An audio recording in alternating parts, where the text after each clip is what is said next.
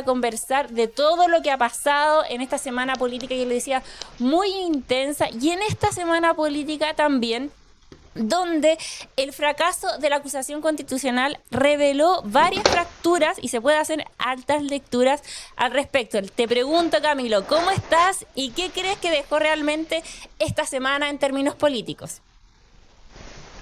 Hola Josefa, ¿cómo estás? Gracias por la invitación, antes que todo.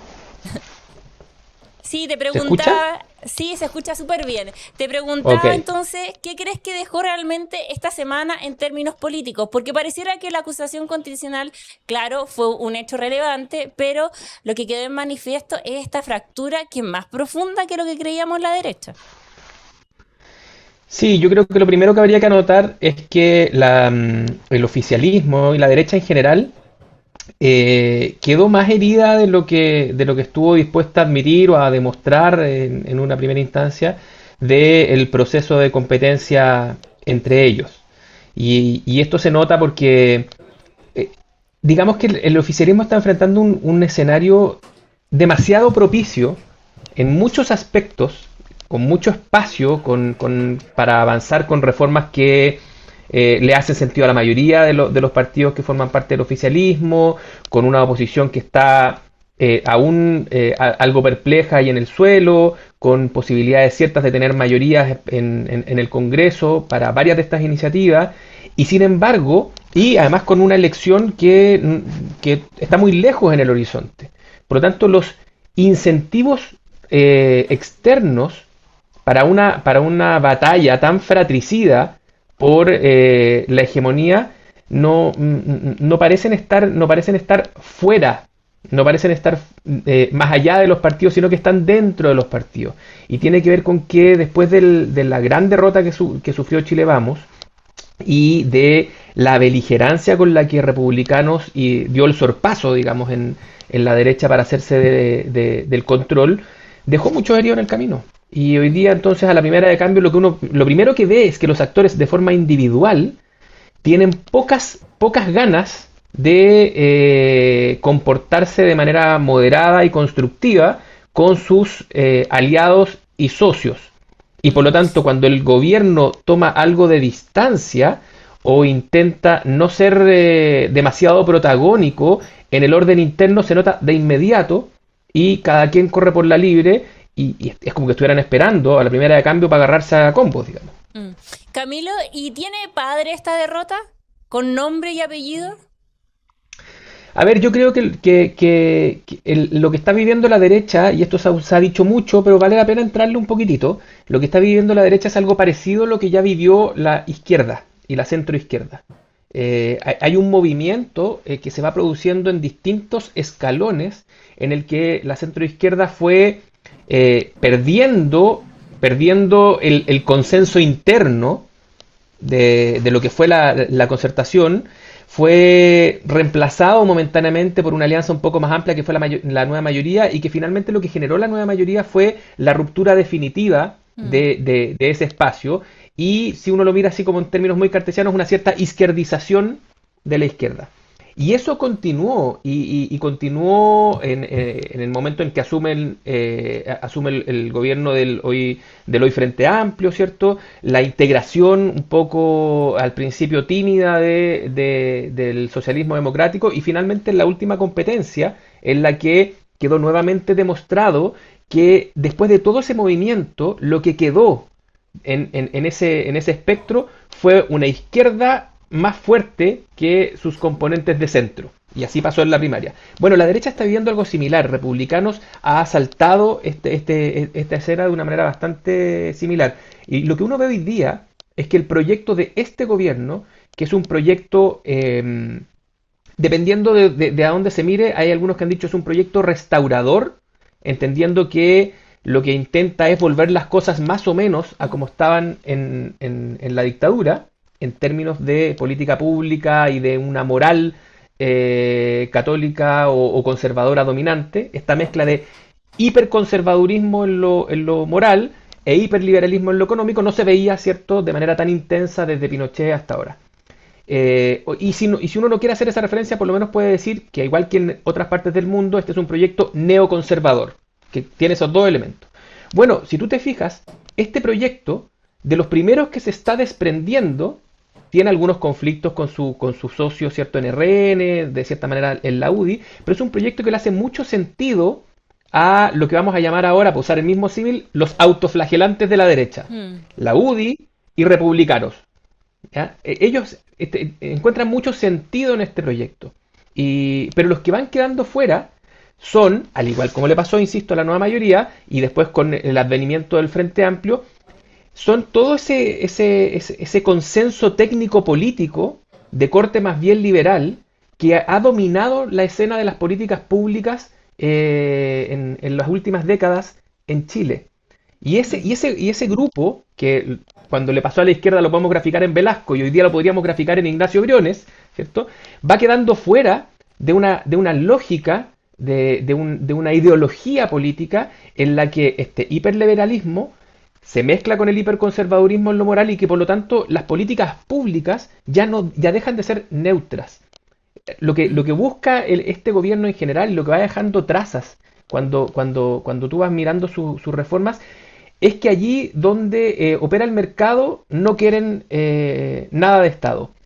Pero allí donde hay una moral que cautelar, un comportamiento social, ahí donde tú quieres familias bien ordenadas, donde quieres comportamientos sociales deseables, sí quieren mucho Estado. Y por lo tanto, mira la reforma de educación que están presentando ahora, ¿cierto? Te vas a ir dando cuenta que cada vez que esto aparece, justo son estos otros actores los que dicen, oiga, lo que tiene que hacer el Estado es generar condiciones, pero no marcar una forma correcta de vivir la vida. Y entonces eso es lo que está pasando. Y sorry lo largo del comentario, pero es que uno lo puede mirar solamente desde los actores, pero te quedas corto. Hay debajo, efectivamente, una cierta emergencia de una lógica, de una ideología que necesariamente va a terminar achicando a la derecha. En lo que Claro, es ahora. porque también constituye, son partidos muy dogmáticos, pero no necesariamente políticos. Y ahí está el riesgo que enfrentan, ¿o no? Porque no tienen esta muñeca necesaria para hacer viable sus propuestas.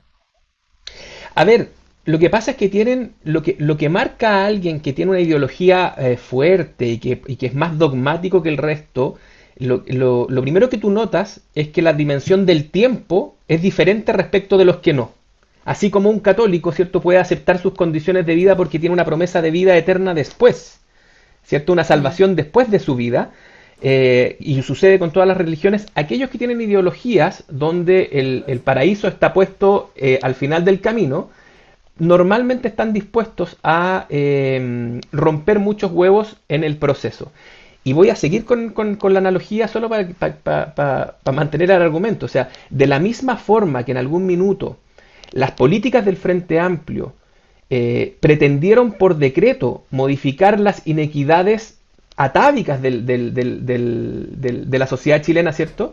Y estuvieron dispuestas a romper muchos huevos y a que se generaran muchos problemas a partir de eso, a meterle inestabilidad al sistema, porque al final del camino podía venir el hombre nuevo.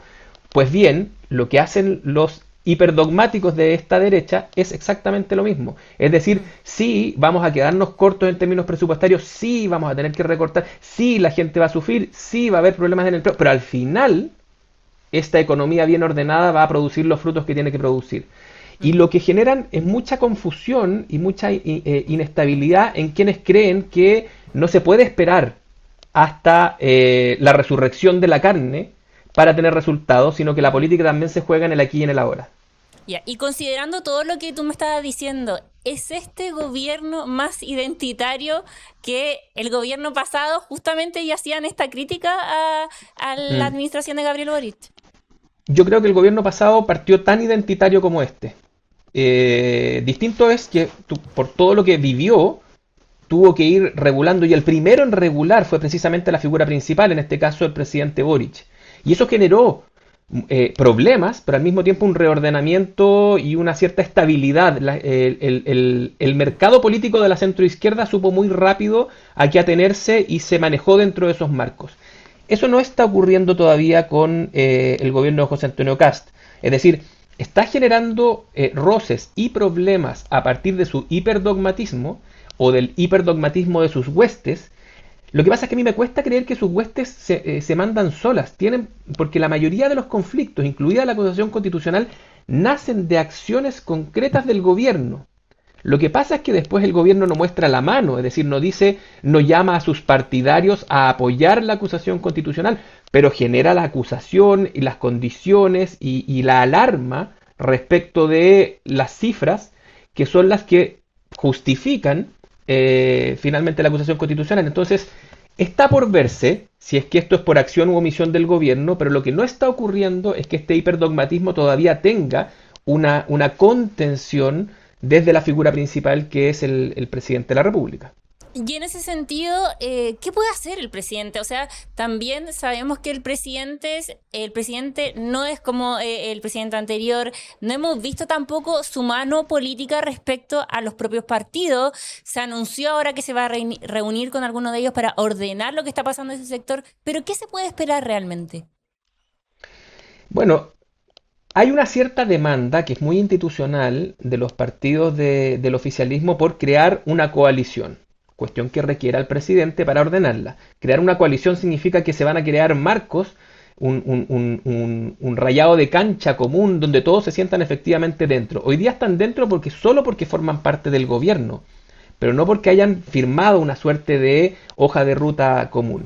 Y todavía dura la ascendencia del gobierno. Este es un gobierno que ha tenido problemas en términos de aprobación, pero sigue con cifras buenas, ha tenido un rebote importante y si bien es cierto tiene más desaprobación que aprobación, eso el gobierno anterior demostró que no es un problema para terminar el gobierno, ¿ya? Por lo menos no en estos niveles. Por lo tanto, hoy día el gobierno todavía tiene como un cemento que es por la vía de los hechos. Pero mientras más vayan ocurriendo actuaciones separadas de cada una de las partes que conforman el gobierno, más se va a sentir esta presión. Entonces, o el presidente sigue con esta hipotética presidencia, y digo hipotética porque, te insisto, los gobiernos pueden actuar por acción o por omisión. Es decir, cuando se deja a determinados ministros a mantener una tesis más dogmática, más confrontacional, cuando se deja al propio partido de gobierno, ¿cierto?, mantener tesis confrontacionales y no se interviene para morigerarlos, bueno, el gobierno también está actuando, aunque no lo esté haciendo, digamos, a rostro descubierto. ¿Y de qué manera, ya pensando en la gobernabilidad, se pueden compatibilizar estas dos derechas que están emergiendo? Bueno, van a tener que resolver, yo creo que hoy día lo lógico es que, como te digo, la convergencia ideológica más fuerte que uno ve es entre republicanos y la UDI. ¿Cuál es el problema? El problema se explica mucho más por Freud que por Maquiavelo. El problema son los heridos que están cada uno de los actores porque finalmente vienen de un tronco común. El 99,99% de los republicanos fue parte de la UDI y fueron los críticos que rompieron con ella. ¿Ya? Pero ese es el tronco que uno ve más cercano. ¿Cuál es el problema? Que los nacional libertarios tienen hoy día la posibilidad de cada cierto rato sacar a pasear a los republicanos y los republicanos se ponen nerviosos.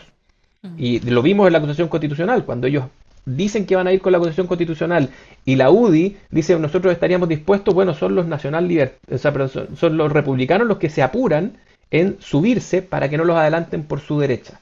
Entonces tienes este doble problema. Por un lado, una convergencia que sería natural, pero que los actores tienen que limar muchas asperezas para que se produzcan, y luego tienes una cierta competencia fuera de pacto por tu derecha que normalmente va a poner nervioso a los partidos de gobierno, así como los republicanos lo hicieron con Chile Vamos en su minuto, si esto no es nada nuevo. Por lo tanto, se requiere al presidente de la República. Yo creo que ¿sí? Hablando de Freud, tal vez el presidente se debería preguntar qué haría Jaime Guzmán en su lugar. Claro, eso que lo han dicho a veces como provocación, yo creo que es una pregunta conducente, es decir, ese tronco común sobre el cual descansa la historia de republicano y de la UDI tiene mucho que ver con Jaime Guzmán. En lo ideológico no me cabe duda que piensan prácticamente igual. ¿Dónde está la diferencia? En la aproximación a la política, ¿ya? Y ahí sí uno tiene clarísimo que no obstante lo dogmático que era Jaime Guzmán, en política era tremendamente flexible y entendía De hecho, fue quien alineó a sus huestes para la presidencia de Gabriel Valdés. ¿Te acuerdas tú? No, no, tú eras muy pequeña, pero debes saberlo por lo menos por los libros. Sí. Eh, era alguien que generaba ese tipo de movimientos políticos. Y yo creo que eso no alcanza todavía con Alvarado si es que el presidente de la República no toma una decisión un poquitito más firme para mediar entre las almas de su partido, que según entiendo ya tiene dos almas, y de su coalición incipiente, si es que logra construirla. Mm. ¿Tú crees que el gobierno de Gabriel Boric tuvo un choque de realidad, que fue la derrota que tuvo entonces la Convención Constitucional? ¿El gobierno de José Antonio Kast ha tenido un choque de realidad que obliga a gobernar con pragmatismo o todavía no se ha visto enfrentada a un hecho de esas características? Sí tuvo uno, pero no de la misma magnitud, porque el proceso constituyente y el plebiscito constitucional fue una elección de carácter nacional y un rotundo fracaso, digamos, de un proyecto completo. Aquí el presidente también en esto ha tenido más suerte, tuvo una luz de alerta temprana con el cambio de gabinete rápido que tuvo que hacer, sobre todo por la mala elección de la ministra de Seguridad y de la ministra vocera, allí donde precisamente, vuelvo al mismo punto, hubo más desidia que acción concreta del gobierno, bueno, tuvo que corregir muy rápido. Pero no es un choque de la magnitud del plebiscito constituyente y por lo tanto no ha movido las bases del diseño político del gobierno. Lo que ha Mm. hecho es producir un ajuste, pero ese ajuste, lo estamos viendo ahora, alcanza para algunas cosas, pero para otras queda absolutamente corto. ¿Y qué está marcando la agenda? Uno podría pensar en el panorama económico, la incipiente recesión que se habla. ¿Qué marca la agenda hoy día? Bueno, esta es esta idea de, o sea, mientras más se aleje el gobierno, aunque ha sido muy exitoso en mantener vivo el fantasma del gobierno anterior como culpable de todos los males, mientras más se aleje en el tiempo, más los problemas van a caer dentro de su propia administración. O sea, cada día es más difícil echarle la culpa al empedrado.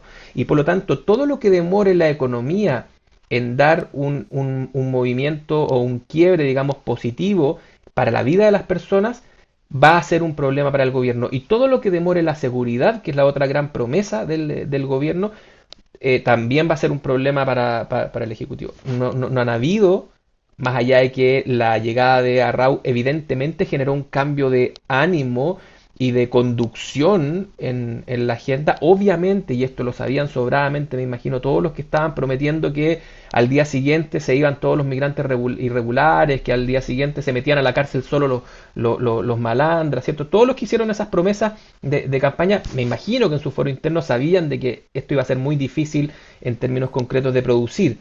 Pero lo que se vaya demorando eso, obviamente va a ir horadando la adhesión y la confianza hacia el gobierno. En términos económicos, las encuestas más largas como la CEP ya lo están mostrando.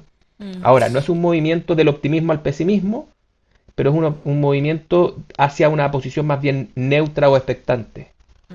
Y ya Camilo, para ir terminando, el Congreso en ese escenario aparece como una prueba permanente para el gobierno. El gobierno ya asumió que deberá negociar prácticamente cada proyecto, pese a tener mayoría. Sabemos que en el Senado es una mayoría frágil. ¿Qué le espera ahí a la administración de José Antonio Kast?